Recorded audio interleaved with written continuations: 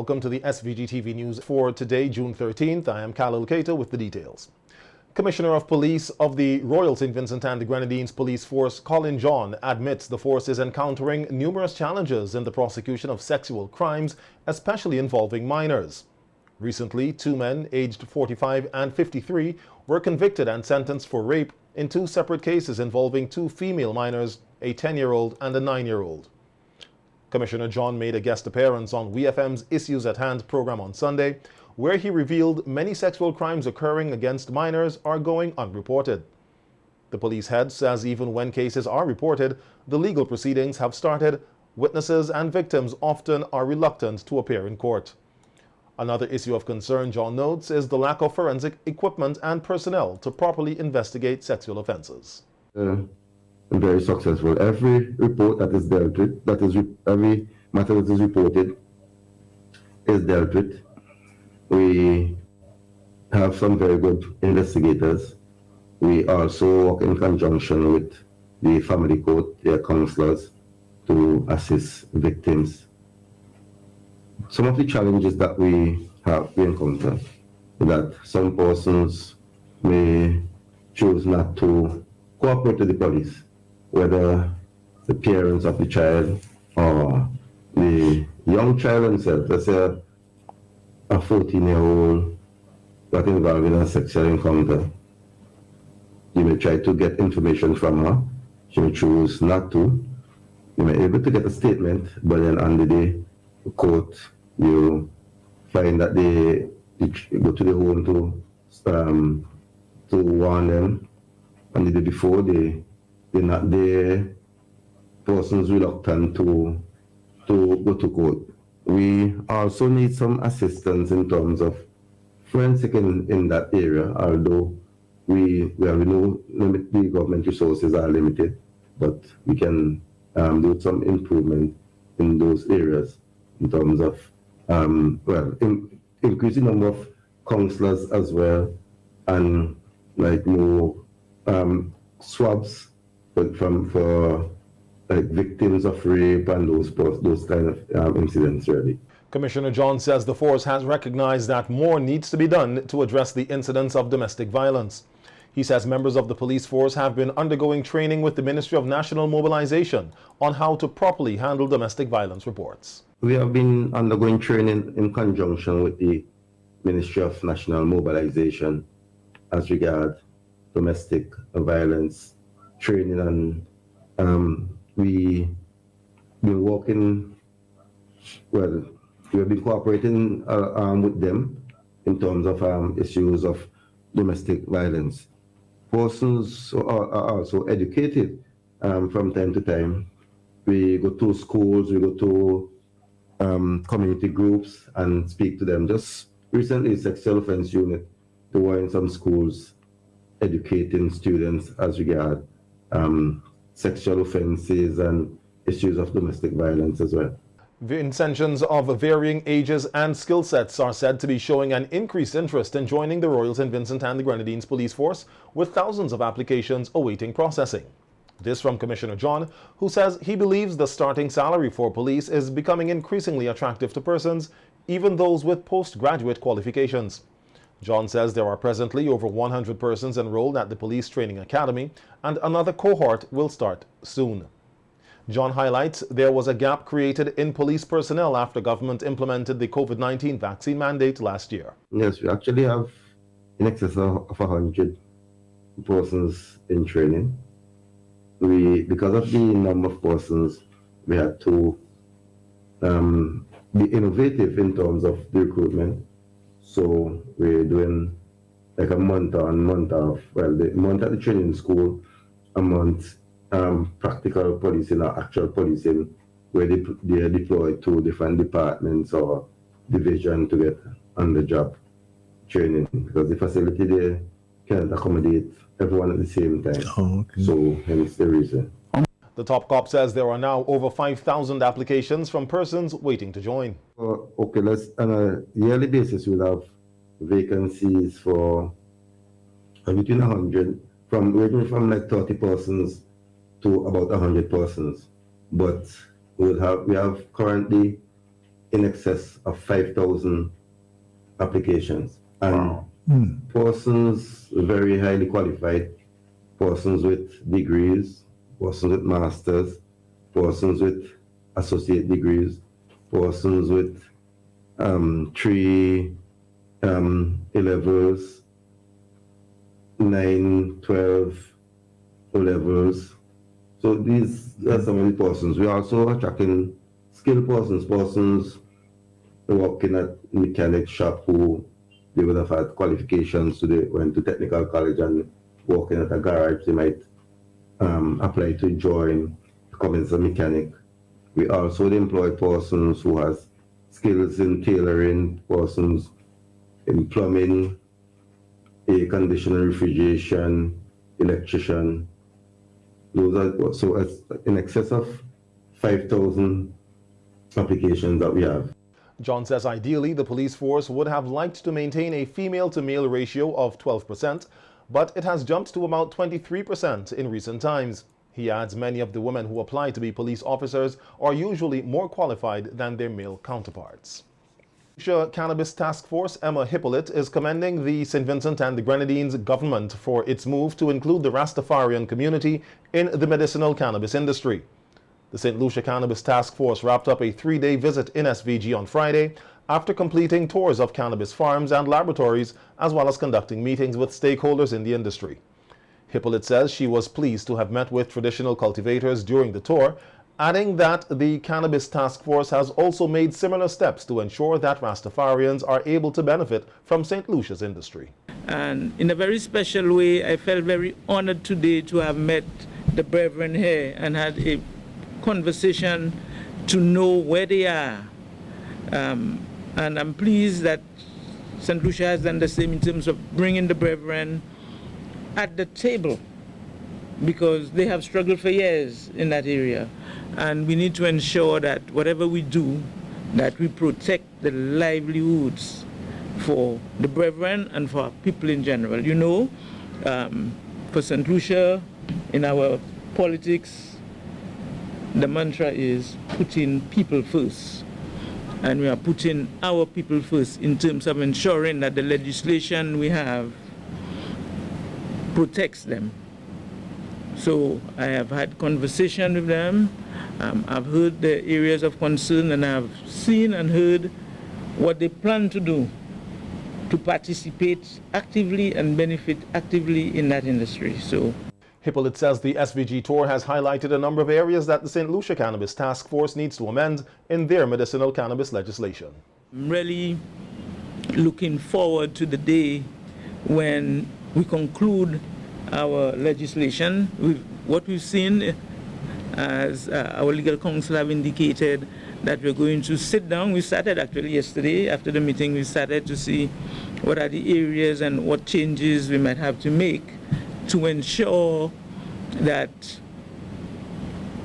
the piece of legislation that we have addresses the needs of our people. She says the St. Lucia Cannabis Task Force is seeking to further collaborate with SVG as they recognize that the island has established best practices in their medicinal cannabis operations. So we have to sit and carve out how we're addressing that, because technically we have a ready market. How we can use that to our benefit and how you can benefit from that ready market. When I look at the end products that you have already, especially the lotions and so on, to me we see that as a market that you can capitalize on. And then we have to sit and see how we put the structures in place as we move forward, that we can use the technical team that you have, the labs that you have, what the procedures that you have developed, how we can merge that with international standards, how we can use the platform that we have at home, and how we can use the relationship that already exists among the brethren to cause all of that to come together and have synergies so that we can focus on people, planet, prosperity. President of the National Fisherfolk Organization, Winsbert Harry, is urging fisherfolk here in SVG to start putting things in place to protect their boats during this hurricane season. The hurricane season began on June 1st, and according to the National Oceanic Atmospheric Administration, NOAA, there is likely a range of 14 to 21 named storms expected for the season, of which 6 to 10 could become hurricanes, including 3 to 6 major hurricanes, category 3, 4, or 5, with winds of 111 miles per hour or higher. We really have much persons insuring these smaller vessels, and we are trying to see how best we could get insurance and fellas to come together to insure the boat. So by this hurricane season, I asked the fishers if they could protect their boats, get their boat up to safety. And from the National Fisher Folks side, I think that the way how the industry is really going, looking at all my primary organization, I really like to see how you could build the primary fisher folks organization. You could see the problem that we have with the fisher folks in Calaqua. Harry said that the problems currently facing fishermen in Rose Place would make it difficult for them during the season. The fishermen in the area are now seeking a new site to place their boats as they make way for the port modernization project. I think that the hurricane season is going to be a very challenging year, as we hear that a lot of weather will be coming. It will be very active, and then with fisher folks now moving without an alternative and finding a beach, well, you might be here in Kingston on your boat there, in Calaqua, Kittles, Clivally, who are going to attend to your boat. So it really put the fisher folks at a disadvantage, and I think something really needs to be done, more than just trying to say, all right then, this compensation package. Chlamydia is one of the most trending sexually transmitted infections in St. Vincent and the Grenadines. This is according to infectious disease specialist Dr. Jose Davy, who was speaking on the API Morning SVG program on Friday. Dr. Davy says that her clinic has treated a lot of persons with chlamydia, which is spread through exchanges of bodily fluids. Persons are asymptomatic, believe it or not, up to 80%, and that's why it just spreads, because you don't know. For those who have signs and symptoms, it would be either a discharge from the urethra, the penis, or a discharge from the vagina. So that would be the major cause. It's a different color. It's sometimes yellow, mostly, or creamish. So that would be concerning.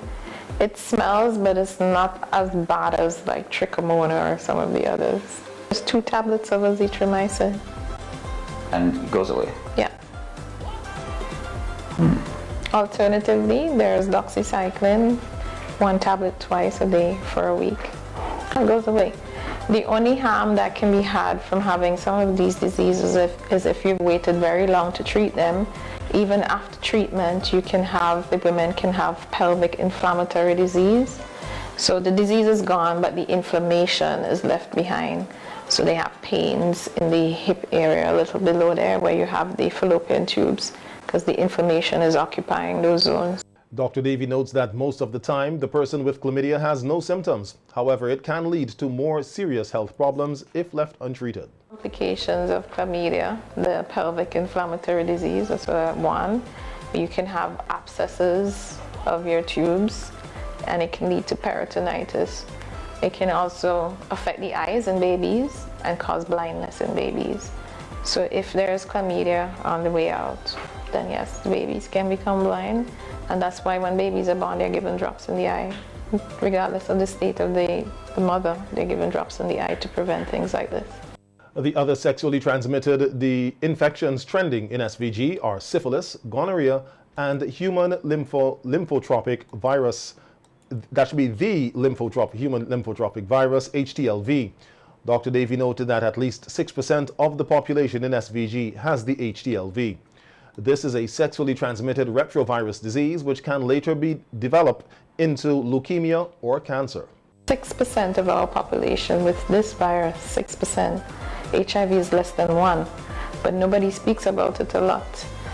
If you've ever gone down the street and you see a very young person and they're walking and their hand is like that and they're hipping, that virus is more than likely responsible for that. It's under the retroviruses, and HIV is also a retrovirus. Actually, when HIV was discovered, they thought it was another HTLV, another species, but then they realized it was slightly different and acted differently. But this HTLV may have been around since perhaps 3 generations back. And because it's unknown, the major route of spreading HTLV is through breastfeeding. So your grandmother could have gotten it from your great-grandmother, and it kept passing. Significantly about this virus, it's slow, it multiplies slow as opposed to HIV. HIV changes every day, but these viruses, they take years before they start affecting someone. But if you get it from your mother in the womb, then you may see changes to your body, see complications. The thing about this virus is that not a lot of people get sick. So you would have your whole life, 80% of persons, and nothing happens, but they're capable of passing the virus to others through sex, through breastfeeding, body fluids. We don't have an issue with transfusions because we screen here in country for HTLV, the donors. But there are other countries that don't know about this virus, they don't screen for it, and it could be passed that way. Meanwhile, on NBC Radio's face-to-face program, family nurse life practitioner Laura Alfred took the opportunity to dispel some of the myths about asthma, which is a long-term condition affecting adults and children.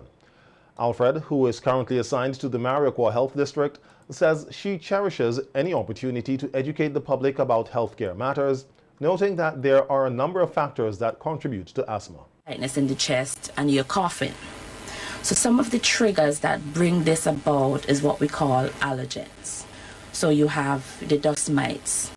When we counsel patients, we tell them about the teddy bears, the rugs, and stuff like that, right? You have cockroaches, you have some walls that you would have the moss growing on and the fungi, stuff like that.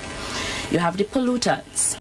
So even the gases that are emitted from our vehicles, they are triggers for asthma as well. You have the biomass fuels. So I know persons may want to say, but we grew up on them. The wood and the coals, you remember the bottle lamp from the kerosene. We thought it was good, something to laugh at, but it's actually detrimental to our health. Our microbes for viral infection, and we keep stressing personal hygiene because individuals fail to realize that our bodies consist of microbes. And we are the first host in setting off an infection, right? And we have the psychosocial factors of stress. That one word is an entire topic all by itself on its own. Nurse Alfred says a popular myth heard at health centers is that if a child has asthma, he or she would not be able to take part in any sporting activity. She took time to explain in medical terms why this is not a factual statement. There are persons who will tell you, oh, my child have asthma, so they can't exercise. And they go to the health centers to get the doctor, and they demand that they need a letter to send to the school that the child can take part in sports. That is not true. Actually, exercising helps to promote lung function. Because when you exercise, you know, you use up the muscles and you free up things and you get things out. Right. So exercise is actually good for the lungs. You have to be mindful though that you don't want to put it in a state where you actually exacerbate the condition if you're having an attack. So that's the difference that persons need to understand. Asthma is included in the WHO Global Action Plan for the Prevention and Control of NCDs and the United Nations 2030 Agenda for Sustainable Development. The St. Vincent and the Grenadines Community College, the SVGCC, has announced the launch of 2 new certificate programs. The programs, Occupational Health and Safety at Work and Logistics and Supply Chain Management, will be offered through the college's Division of Arts, Sciences and General Studies, DAGS. The college says both programs will run for approximately 7 weeks and that application forms can be downloaded from www.svgcc.vc or picked up at any of the college's divisional offices. Applications must be submitted directly to the DAGS divisional office at the college's Villa campus. The college says the deadline for applications is Friday, June 24th. For additional information on the programs, persons can contact the college. The Ministry of Education will be hosting a national symposium on education on July 20th. Minister Curtis King, who was speaking at the George Phillips Excellence Awards ceremony last Thursday, said that the symposium will be a combination of several consultations that the ministry is having with different stakeholders. He says the symposium will help the ministry reimagine what sort of education is needed for the people of St. Vincent and the Grenadines. what is now the buzzword, but I hope people would go beyond using the phrase now. But what has become absolutely necessary in the wake of the COVID-19 pandemic, that is to say, to reimagine what sort of education we want for our people and how that education can contribute to our national development. And so all the stakeholders, well, not all the stakeholders, but representatives of all or most of the stakeholders will be involved. So I'm saying the National Symposium on the 20th will be the culmination of several consultations that we are going to be having with students and other young people, teachers and their organizations, principals, parents, guardians, and very importantly, the business sector and civil society. The Education Minister said that the COVID-19 pandemic has highlighted a lot of problems in the education sector that the ministry will try its best to address. That you would find time to put your ideas down and to share. Because let us face it, before the pandemic, we had an education system that had a lot of great things about it. But we also had an education system that had some serious problems that we had to get fixed. What the pandemic has done is to highlight these problems, these issues, and make them even sharper. So this discussion that we are going to have will help us to address these issues. Obviously, they are not going to be addressed if we just put the ideas on paper and put them on a shelf. It is within all of us interest to ensure that that does not happen. But this evening is not really for that. So let me once again